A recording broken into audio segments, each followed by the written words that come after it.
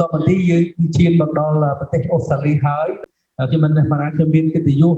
សូមគោរពអញ្ជើញប្រធានខាងទីក្រុងស៊ីដនីគឺលោកស្រីខេណារ៉ងបាទសូមគោរពអញ្ជើញលោកស្រីបាទសូមក្រាបថ្វាយបង្គំព្រះថេរៈនុថេរៈគ្រប់ព្រះអង្គសូមគោរពដល់បងប្អូនខ្មែរគ្រប់ជាន់ថ្នាក់នៅក្នុងប្រទេសនិងក្រៅប្រទេស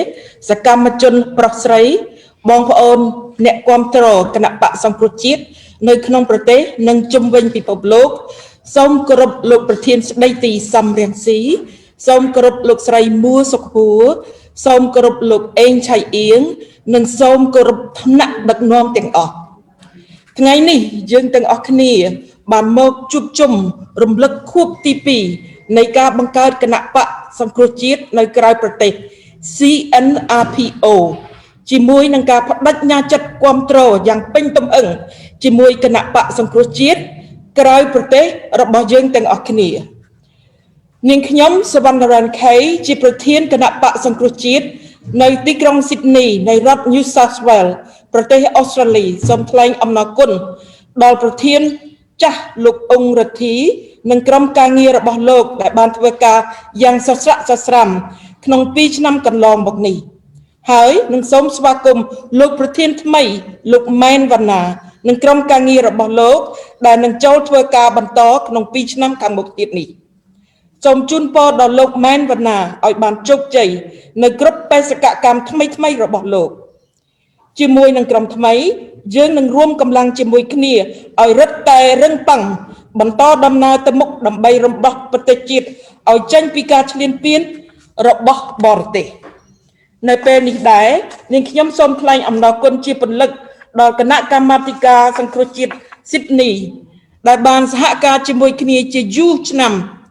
ដោយស្មោះដោយប្រសិទ្ធភាពក្នុងការងារសង្គ្រោះជាតិយើង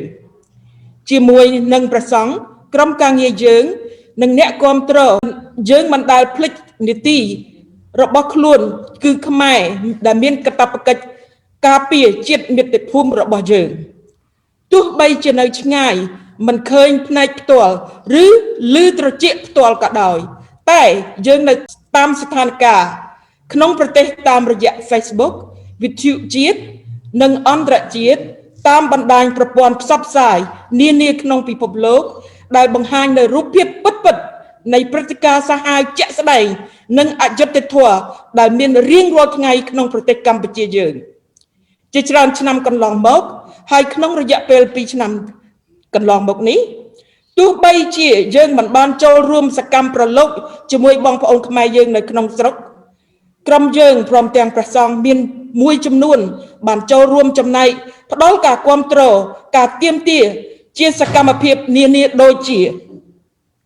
ការធ្វើបាតកម្មនៅមុខមន្ទីររដ្ឋសភាអូស្ត្រាលីនៅទីក្រុង Canberra សូមអន្តរាគមន៍ឲ្យមានការដោះលែងលោកកឹមសុខានិងស្ដារលទ្ធិប្រជាធិបតេយ្យនៅកម្ពុជាដោយមានការធ្វើទំនាក់ទំនងជាមួយនឹងសមាជិកសភាអូស្ត្រាលីការធ្វើបាតកម្មនៅមុខស្ថានទូតចិននៅទីក្រុង Canberra ធ្វើពិធីរំលឹកថ្ងៃចុះហត្ថលេខាលើកិច្ចព្រមព្រៀងសន្តិភាពនៅទីក្រុងប៉ារីសថ្ងៃ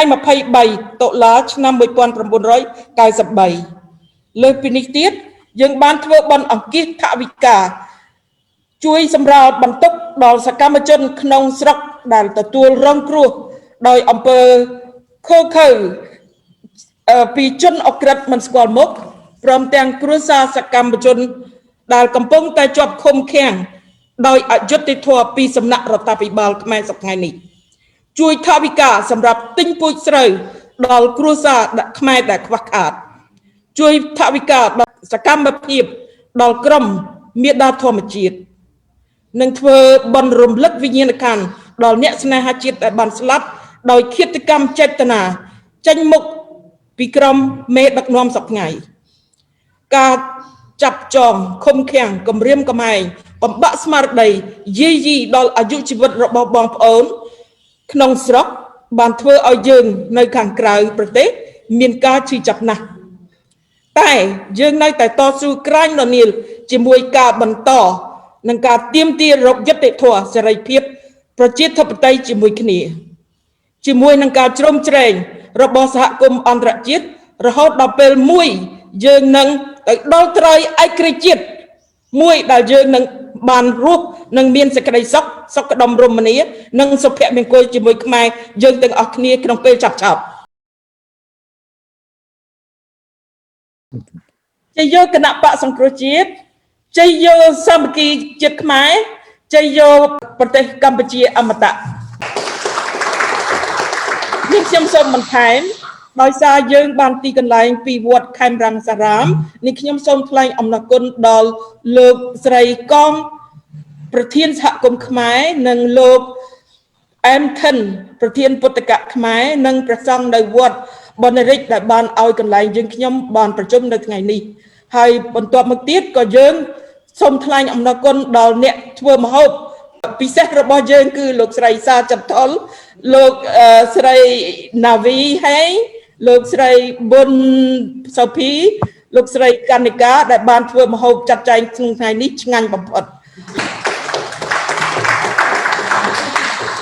ហើយដើម្បីឲ្យមានការជោគជ័យទៅទៀតគឺគណៈកម្មការខាង IT គឺលោកឆៃរីលោកកូរ៉ាត់និងលោកសម្បត្តិដែលបានជួយជ្រោមជ្រែងក្នុងការ Zoom ថ្ងៃនេះឲ្យមានជោគជ័យសូមអរគុណសូមអរគុណលោកតាសូមអរគុណលោកស្រីកេសវណ្ណរងនៅប្រធាននៅទីក្រុងស៊ីដនីបាទហើយសូមអរគុណគណៈកម្មការស៊ីដនីទាំងអស់បាទ